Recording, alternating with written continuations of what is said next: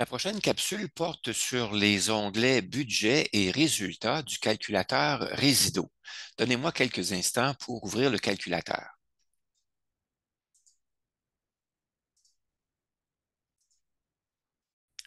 Vous devriez voir à l'écran l'onglet Budget du calculateur Résido. Cet onglet-ci va vous permettre d'inscrire et de calculer, mais c'est le calculateur Résido qui fait les calculs, donc d'inscrire et de calculer les revenus et les dépenses reliés au logement qui sont prévus au cours de la retraite. Et là, vous voyez qu'il y a un tableau dans les lignes plus bas. Et ce tableau-ci est un tableau qui va ressembler à l'onglet Budget que vous aurez dans le logiciel ou dans le calculateur Marathon.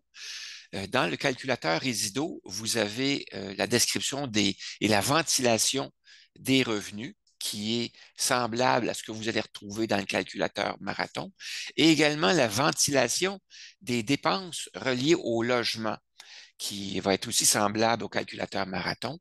Mais dans Marathon, vous aurez aussi une ventilation pour les dépenses de toutes les autres catégories, alimentation, transport, etc. Alors, vous voyez dans les lignes 7 à 10, ce sont les informations qui permettent d'inscrire les données pour chacune des années de la prévision de retraite. Donc, à partir de la colonne E et suivante, on a les informations numériques concernant les données euh, de chacune des années. Dans la colonne D, vous aurez à inscrire le pourcentage annuel d'augmentation. Alors, vous voyez que ce qui est déjà inscrit dans le calculateur, ici, je vais agrandir un peu la taille des caractères pour que vous puissiez mieux voir. On voit ici qu'il y a déjà un taux qui est inscrit, mais le taux qui est inscrit, 2 ce n'est pas une valeur qui est inscrite, mais c'est plutôt une variable. Regardez dans le tampon d'édition, c'est la variable, oups, la variable qui s'appelle taux d'inflation des revenus prévus. Ce taux-là est une variable qui correspond à ce qu'on a inscrit dans l'onglet scénario à la ligne 19, ici, à la cellule C19. Donc, c'est le pourcentage d'inflation annuelle prévu pour la retraite, 2 Ce pourcentage-là est donc reporté dans l'onglet budget. Alors, donc, ces taux-là ici sont reportés, mais vous pouvez l'inscrire. Il s'agit donc d'inscrire les données qui correspondent à vos revenus prévus durant la retraite et le marathon va faire les calculs. Remarquez les lignes 22 à 25, à 24, pardon, qui sont des lignes où le fond des cellules dans la colonne C est en grisé.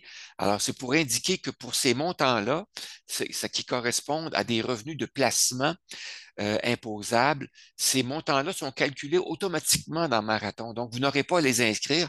Alors, moi, je les marque ici. Je vous suggère de ne pas en tenir compte dans Résido, de ne pas les inscrire. Ces revenus-là seront inscrits dans Marathon automatiquement.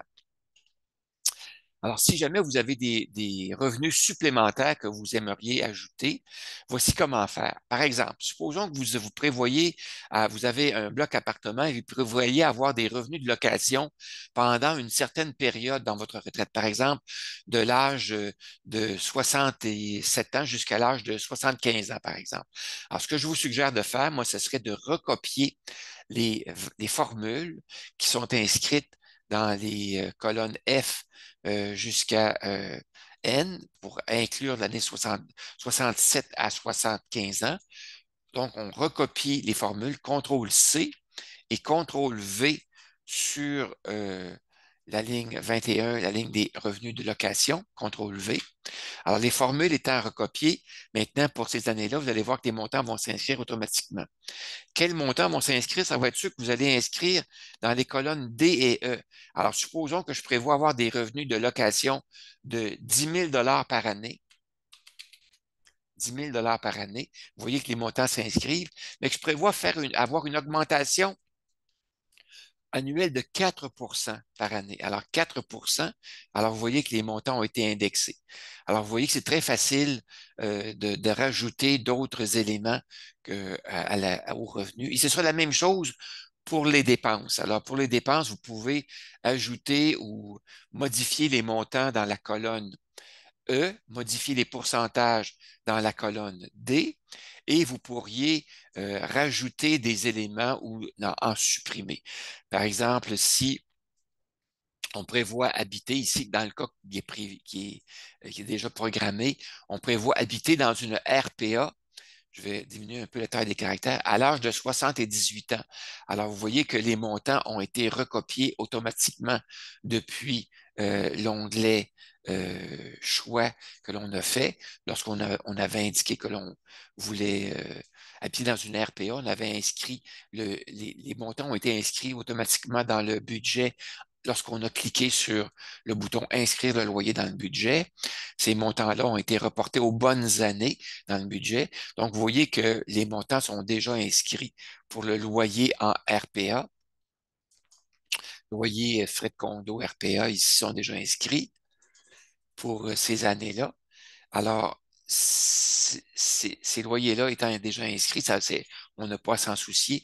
Mais supposons qu'on sait que notre loyer en RPA va comprendre le prix de l'électricité. Alors, ici, l'électricité est inscrite pour toutes les années parce qu'on va habiter dans notre maison ou dans notre condo pour les premières années. Alors, on doit payer l'électricité. Mais à partir du moment où on arrive en RPA, on n'aura pas à payer l'électricité. Il suffira de se positionner sur la cellule qui correspond à la première année où on prévoit habiter en RPA, sur la ligne électricité, et on appuie sur le bouton supprimer du clavier, et voilà, tous les montants suivants ont été effacés pour l'électricité. Alors, c'est donc très facile de faire la modification du budget. Remarquez que le sous-total pour les revenus, le total des revenus est calculé automatiquement par le calculateur Résido pour chacune des années. Et c'est la même chose pour le sous-total euh, des dépenses de logement. Le sous-total est inscrit ainsi que le pourcentage d'augmentation annuelle des dépenses de logement est inscrit ici. Et le pourcentage des dépenses de logement par rapport aux revenus est également inscrit.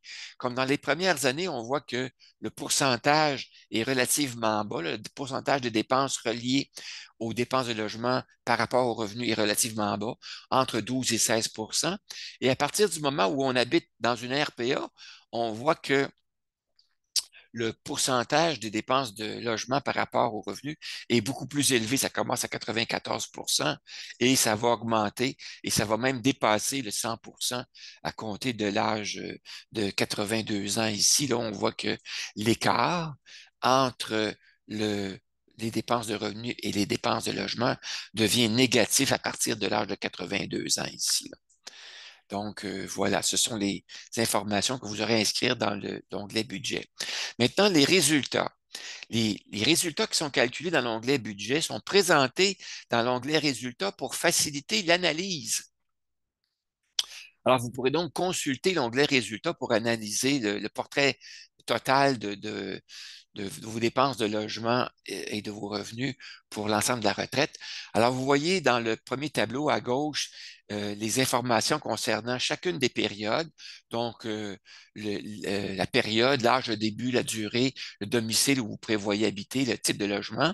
Et vous avez dans les colonnes H jusqu'à J, vous avez les montants par période. Pour chacune des périodes, vous avez le montant total des revenus, le montant total des dépenses de logement et le pourcentage. Et dans les colonnes L jusqu'à M, vous avez les montants qui sont ventilés par année. Alors, pour chacune des années de chacune des périodes, vous avez les montants moyens annuels par année. Donc, pour la première période, on prévoit un budget annuel pour le logement de 7 000, 8 000 pour la deuxième période et pour la troisième période, des dépenses de 54 000, 45 000 pour la quatrième période et 120 000 en moyenne pour la troisième période. Remarquez qu'on a aussi un autre sommaire pour l'ensemble de la retraite. Alors, pour les dépenses, pour toutes les périodes où on sera en résidence, ça correspond à 63 des années, hein, le nombre d'années. 63% des années vont être passées en résidence et 38% des années vont être passées hors résidence. Donc, 12 années sur 32 vont être passées hors résidence. Et nos dépenses par période, ensuite, total pour l'ensemble de la retraite et les revenus totaux pour l'ensemble de la retraite. Alors, vous voyez que pour l'ensemble de la retraite, nos dépenses de logement sont supérieures à l'ensemble des revenus que nous aurons. Alors, vous voyez que ça permet de faire une constatation assez importante euh, pour les années où on sera en résidence ici, là. Alors voilà, c'est l'ensemble des éléments que je voulais vous présenter pour les onglets budget et résultats du calculateur Résido.